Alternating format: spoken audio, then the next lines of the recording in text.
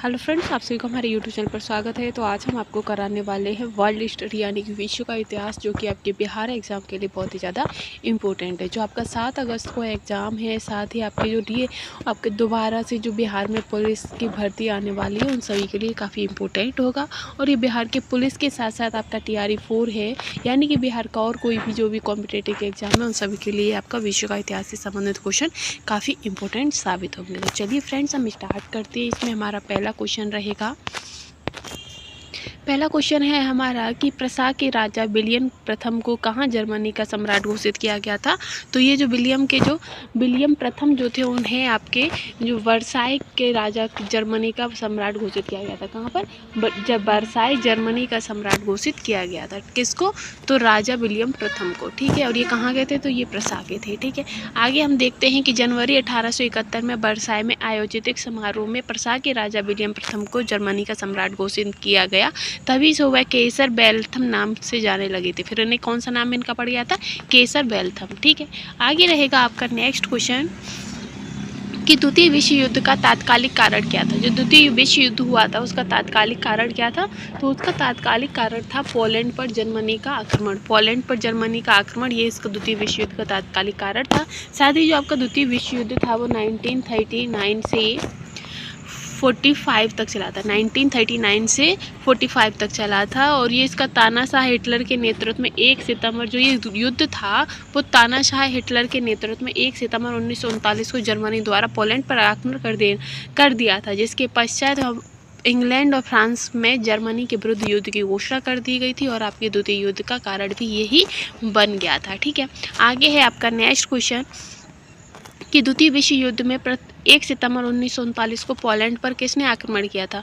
तो ये किसने आक्रमण किया था? तो ये आपके एडोल्फ हिटलर ने आक्रमण किया था द्वितीय विश्व युद्ध में, जो 1 सितंबर 1939 को पोलैंड पर आपके एडोल्फ हिटलर ने आक्रमण किया था। ठीक है, जिसकी वजह से ही द्वितीय युद्ध का कारण बन गया था।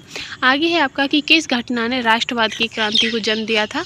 तो राष्ट्रवाद की जो अवधारणा थी, वो आपकी जो फ्रांस की क्रांति थी, उसने राष्ट्रवाद की अवधारणा को जन्म दिया था। ठीक है, इसी के साथ हम आगे बढ़ेंगे। नेक्स्ट क्वेश्चन रहेगा इसी सीरीज में आपका कि प्रथम विश्व युद्ध का तात्कालिक कारण क्या था। तो प्रथम विश्व युद्ध का जो तात्कालिक कारण था, वो आपका था कि ऑस्ट्रिया के राजकुमार की हत्या करना। तो जो ऑस्ट्रिया के राजकुमार की हत्या कर दी थी, तो वो आपके एक प्रथम विश्व युद्ध का तात्कालिक कारण बन गया था। और प्रथम विश्व युद्ध कब हुआ था आपका? तो ये 28 जून 1914 को स्विस में हत्या होना तथा प्रथम विश्व युद्ध जो आपका था, वो 1914 से 1918 के बीच लड़ा गया था। और ये आपका जो प्रथम विश्व युद्ध का जो समापन हुआ था, वो पेरिस की संधि का सम्मेलन 1919 में हुआ था। और जो प्रथम विश्व युद्ध था, उसका समाप्ति भी आपकी पेरिस की संधि के साथ ही हुआ था। इसी के साथ नेक्स्ट क्वेश्चन है आपका कि अमेरिका में नागरिक अधिकार आंदोलन किसके द्वारा शुरू किया गया था।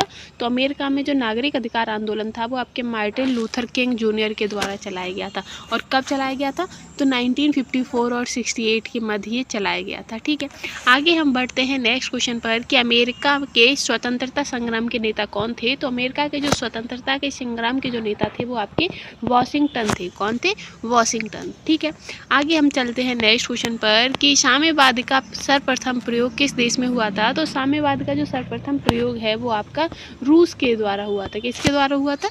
रूस के द्वारा किया गया था। ठीक है, इसी सीरीज में आगे रहेगा आपका कि लेनिन का उत्तराधिकार कौन था। तो लेनिन के जो उत्तराधिकारी थे, वो आपके स्टालिन थे, जोसेफ स्टालिन। और स्टालिन का जो लेनिन के ये उत्तराधिकारी थे। ठीक है, और इनके जो लेनिन थे, उनकी मृत्यु कब हुई थी? तो 1924 में इनकी मृत्यु हो गई थी। ठीक है, आगे हम बढ़ते हैं नेक्स्ट क्वेश्चन पर। तो नेक्स्ट है आपका कि प्रथम विश्व युद्ध के दौरान कौन सा देश 1915 में ब्रिटेन के खिलाफ केंद्रीय बलों में शामिल हुआ था। तो 1915 में ब्रिटेन के खिलाफ केंद्रीय बलों में जो शामिल हुए थे, वो आपके बल्गारिया थे। कौन थे? बुल्गारिया थे। ठीक है, और ये कब? तो जो इसकी प्रथम विश्व युद्ध की शुरुआत कब हुई थी? तो 1914 में हुई थी, आपको पता ही है। और ये कब तक चला था? तो 1918 तक चला था। ठीक है, और किन किन देशों का गठबंधन हुआ था? तो रूस, इटली, अमेरिका, फ्रांस, ब्रिटेन और अन्य देशों के साथ गठबंधन हुआ था तथा केंद्रीय शक्तियों के बीच ये युद्ध हुआ था। ठीक है, आगे है आपका कि प्रथम विश्व युद्ध कब शुरू हुआ था। तो 1914 में शुरू हुआ था, 1918 में ये खत्म हुआ था। और ये जो इसका बिल्कुल समापन जो था, वो 1919 में आपकी पेरिस की जो संधि थी, उससे ये समाप्त किया गया था। और ये जो 4 वर्षों तक युद्ध चला था, उसमें आपके 37 देशों ने भाग लिया था। ठीक है, आगे है आपका एक कि निम्न में लिखित में से कौन दक्षिण अफ्रीका के रंग भेद आंदोलन से संबंधित था। तो जो रंग भेद आंदोलन से जो संबंधित थे वो कौन थे, तो वो आपके नेल्सन मंडेला थे। कौन थे, नेल्सन मंडेला थे, जो कि दक्षिण अफ्रीका के पूर्व राष्ट्रपति थे। ठीक, आगे है आपका कि 100 साल पहले किस देश में नाजी पार्टी स्थापित की गई थी। तो 100 साल पहले जो आपकी नाजी पार्टी थी वो किस देश कहाँ स्थापित की गई थी, तो ये आपकी जर्मनी में स्थापित की गई थी। और कब, तो 1919 में। ठीक है, आगे रहेगा आपका नेक्स्ट क्वेश्चन। तो नेक्स्ट क्वेश्चन है आपका कि किस घटना ने अमेरिका को द्वितीय विश्व युद्ध में शामिल कर दिया था। तो वह कौन सी घटना थी, तो वो थी आपकी कि पर्ल हार्बर पर जर्मनी सैनिक हमला। जो जर्मनी पर जो हमला किया गया था जापानियों के द्वारा, वह आपके द्वितीय विश्व युद्ध का कारण बनी थी। ठीक है, तो ये कब किया गया था, तो 7 दिसंबर 1941 को किया गया था। ठीक है, आगे हम बढ़ते हैं कि निम्न में से किस यूरोपीय जाति को इंडोनेशिया में प्रभुत्व जमाने की सफलता मिली थी। जो यूरोपीय जाति थी तो इंडोनेशिया में प्रभुत्व जमाने की जो सफलता मिली थी तो पुर्तगालियों की। ठीक है, पुर्तगालियों की वजह से। ठीक, और पुर्तगाली आपको बता दें कि जो वास्को डी गामा थे पुर्तगाली, उन्होंने आपके हमारे भारत की खोज की थी, उन समुद्री मार्ग की खोज की थी। ठीक है, आगे है आपका कि गुट निरपेक्ष आंदोलन का पहला शिखर सम्मेलन कब और कहाँ आयोजित हुआ था। तो जो गुट निरपेक्ष आंदोलन का जो पहला शिखर सम्मेलन था वो आपका 1961 में बेलग्रेड में हुआ था। कहाँ पर, 1961 में बेलग्रेड में हुआ था, जिसमें आपके कुल 25 देशों के प्रतिनिधियों ने हिस्सा लिया था। ठीक है, इसी के साथ हम आगे बढ़ेंगे। आगे है आपका नेक्स्ट क्वेश्चन कि निम्नलिखित में से कौन नाजीवादी का संस्थापक था। तो नाजीवादी के जो संस्थापक थे वो आपके एडोल्फ हिटलर थे। कौन थे, एडोल्फ हिटलर थे। ठीक है, आगे रहेगा आपका कि अफगानिस्तान के राजा जाहिर शाह 29 वर्ष के पश्चात कहाँ से काबुल वापस आए थे। तो जो अफगानिस्तान के जो राजा थे जाहिर शाह, वो 29 वर्ष के पश्चात कहाँ से काबुल वापस आए थे, तो वो रोम से वापस आए थे। कहाँ से, रोम से। ठीक है, और रोम से वो कब इटली वापस आए थे, तो वो 2002 में। ठीक है, और ये अफगानिस्तान के राष्ट्रपिता की उपाधि भी इन्होंने धारण की थी। आगे रहेगा नेक्स्ट कि निम्न को एक ऐतिहासिक तुलनाक्रम के में रखते हुए दिए गए कूटों के से ठीक उत्तर का चयन कीजिए। तो गांधी है, फिर लेनिन है, मार्क्स है, माओ ते तुंग है। तो इसका सही आंसर हमें बनाना है। तो पहले आपके मार्क्स हैं, फिर गांधी हैं, फिर उसके बाद आपके लेनिन आते हैं, फिर थर्ड पर ये आते हैं। तो ऑप्शन बी आपका इसका करेक्ट हो जाएगा। इसी सीरीज में हम आगे बढ़ेंगे। तो आगे आपका क्वेश्चन रहेगा कि निम्न में से किस व्यक्ति ने पूरी पृथ्वी का चक्कर लगाया था। तो जो आपके मैगलेन थे, मैगलेन ने, ये आपके एक पुर्तगाली नाविक थे मैगलेन, और मैगलेन ने पूरी पृथ्वी का चक्कर लगाया था। ठीक है, आगे हम बढ़ते हैं नेक्स्ट पर। आगे है कि हजरत ईसा मसीह को सूली पर किस दिन चढ़ाया गया था। तो जो हजरत ईसा मसीह थे उन्हें सूली पर गुड फ्राइडे को चढ़ाया गया था। ठीक है, इसीलिए आपने देखा भी होगा कि गुड फ्राइडे को छुट्टियां भी होती है।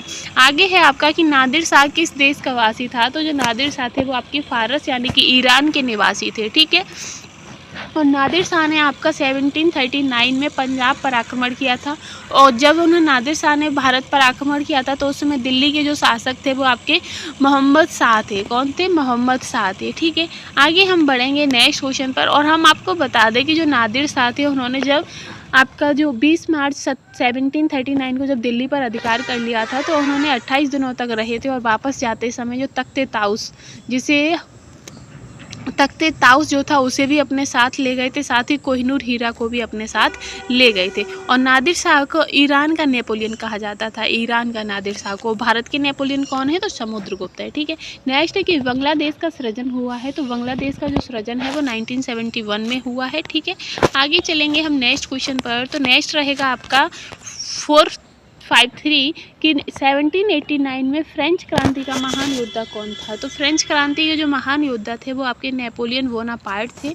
ठीक है, और ये फ्रेंच क्रांति कब हुई थी, 1789 में हुई थी। ठीक है, आगे हम बढ़ेंगे कि 100 ईयर वॉर यानी कि 100 साल की लड़ाई एक युद्ध श्रृंखला है। ये किस चीज़ की युद्ध श्रृंखला थी, तो इंग्लैंड और फ्रांस के बीच की युद्ध की श्रृंखला थी, जिसे 100 ईयर्स वॉर यानी कि 100 साल की लड़ाई भी कहा जाता था। ठीक है, इसी के साथ क्योंकि ये जो लड़ाई थी वो आपकी 1337 से 1437 तक लड़ी गई थी। ठीक है, आगे है कि मंगोलों के वंशज मुगल कहाँ के निवासी थे। तो जो मंगोलों के जो वंशज थे मुगल वो आपके मध्य एशिया के निवासी थे। कहाँ के थे, मध्य एशिया के निवासी थे। ठीक है, नेक्स्ट है कि लोगों के लिए लोगों द्वारा रचित संचालित सरकार लोकशाही की यह परिभाषा किसने दी थी?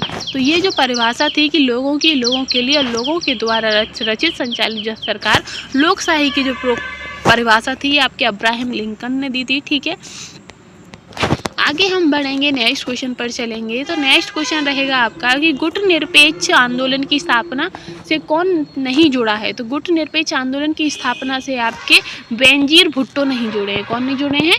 बेनजीर भुट्टो। ठीक है, आगे बढ़ेंगे, हम नेक्स्ट क्वेश्चन पर चलेंगे कि 1854 और 1856 में क्रीमियम युद्ध किन के बीच लड़ा गया था? तो ये जो क्रीमियम युद्ध था वो आपके रूस और तुर्की के मध्य लड़ा गया था। ठीक है, इसी के साथ नेक्स्ट क्वेश्चन रहेगा आपका कि अमेरिका के स्वतंत्रता युद्ध के दौरान ब्रिटेन के विरुद्ध लड़ने के लिए थॉमस पेन के किस काम ने उपनिवेशी लोगों को प्रेरित किया था? तो उपनिवेशी लोगों को जो प्रेरित है वो आपकी सामान्य बुद्धि के लोगों ने किया था। ठीक है, आगे है कि विश्व के इतिहास में पहली परमाणु आपदा कब हुई थी? तो विश्व की जो पहली परमाणु आपदा थी वो आपकी 6 अगस्त 1945 को हुई थी। कब हुई थी? 6 अगस्त 1945 को। ठीक है, आगे चलते हैं आप। आगे रहेगा आपका कि 18वीं शताब्दी में किस देश ने जर्मनी पर शासन किया था? तो 18वीं शताब्दी में आपकी जो ऑस्ट्रेलिया था, ऑस्ट्रेलिया ने जर्मनी पर शासन किया था। ठीक है, तो जर्मनी और इटली में नेपोलियन के आक्रमण के बाद से राष्ट्रवाद का विकास हुआ था। जब नेपोलियन ने आक्रमण किया था तो उसके बाद से ही राष्ट्रवाद का विकास हुआ था। नेक्स्ट है कि इटली ने आक्रमण कर किस देश को जीता था? तो इटली ने मोरक्को को आक्रमण करके जीता था। ठीक है, कब?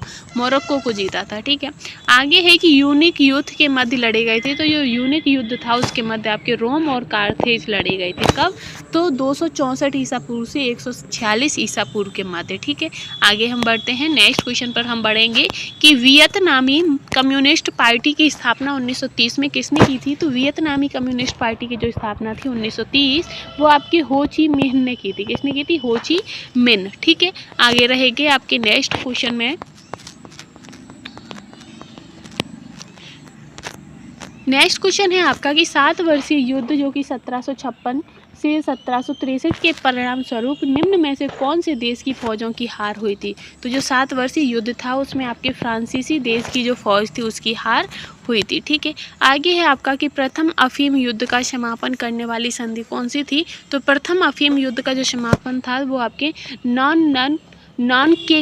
नॉनकिंग वाली जो संधि थी उसके बाद हुआ था। और ये जो आपका संधि हुई थी ये आपकी 1839 से 1842 तक जो आपका युद्ध चला था तो उसके बाद ही आपकी ये संधि की गई थी। ठीक है, आगे है आपका कि इंग्लैंड में किस वर्ष में ग्लोरियस रेवोल्यूशन गौरवशाली क्रांति हुई थी? तो गौरवशाली जो क्रांति थी वो आपकी 1688 में हुई थी। ठीक है, नेक्स्ट रहेगा आपका कि फ्रांस में पेरिस कम्यून की स्थापना कब हुई थी?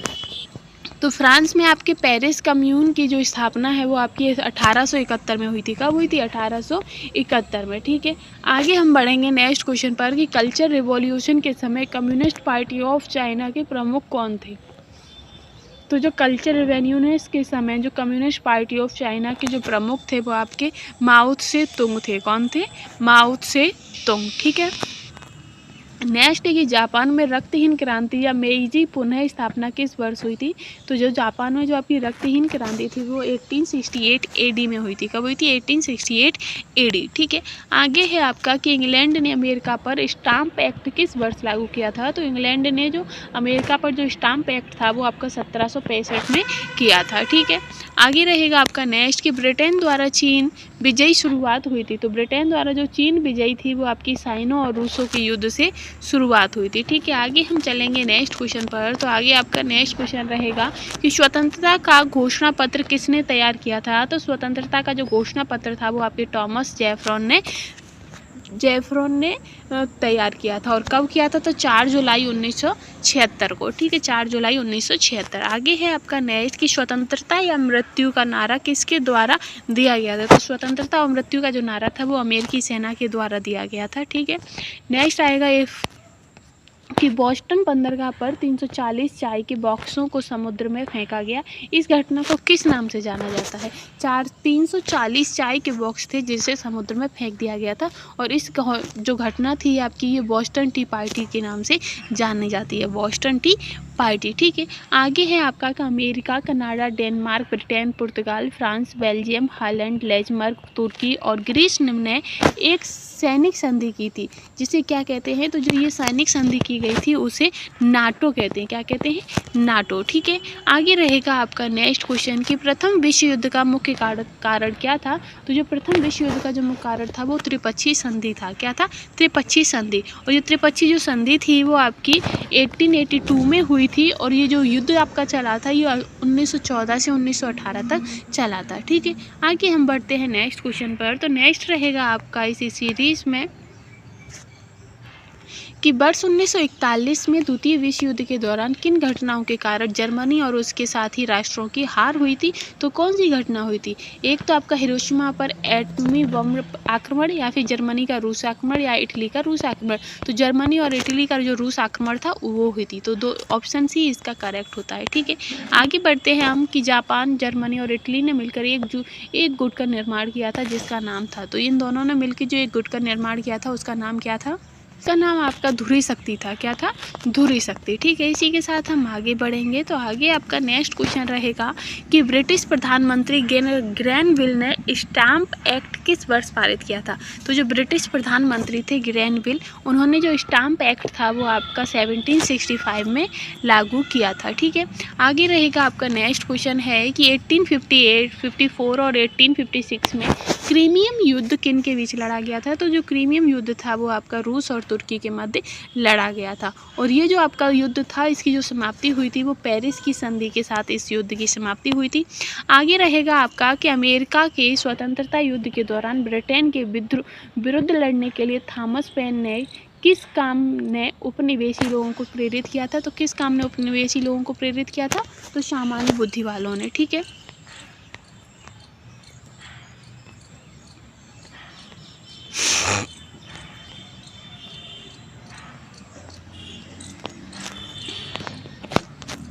नेक्स्ट है आपका कि द्वितीय महायुद्ध के अंतिम चरण में परमाणु बम विस्फोट से कौन सा शहर सबसे ज़्यादा प्रभावित हुआ था। तो परमाणु बम विस्फोट जो हुआ था उससे सबसे ज़्यादा हिरोशिमा प्रभावित हुआ था। और ये कब हुआ था? तो ये जो द्वितीय विश्व युद्ध था उसके दौरान आपका 1939, जो द्वितीय विश्व युद्ध कब से कब तक था? तो 1939 से आपका 1945 तक चला था, जिसके कारण 6 अगस्त 1945 को और नागासाकी पर 1945 को क्रमशः ये आपका विस्फोट किया गया था। ठीक है, जिसमें सबसे ज़्यादा हिरोशिमा प्रभावित हुआ था। आगे है आपका कि किस घटना का द्वितीय युद्ध का ड्रेस रिहर्सल कहा जाता है। तो ड्रेस रिहर्सल जो है वो आपका स्पेन का गृह युद्ध को कहा जाता है। किसको कहा जाता है?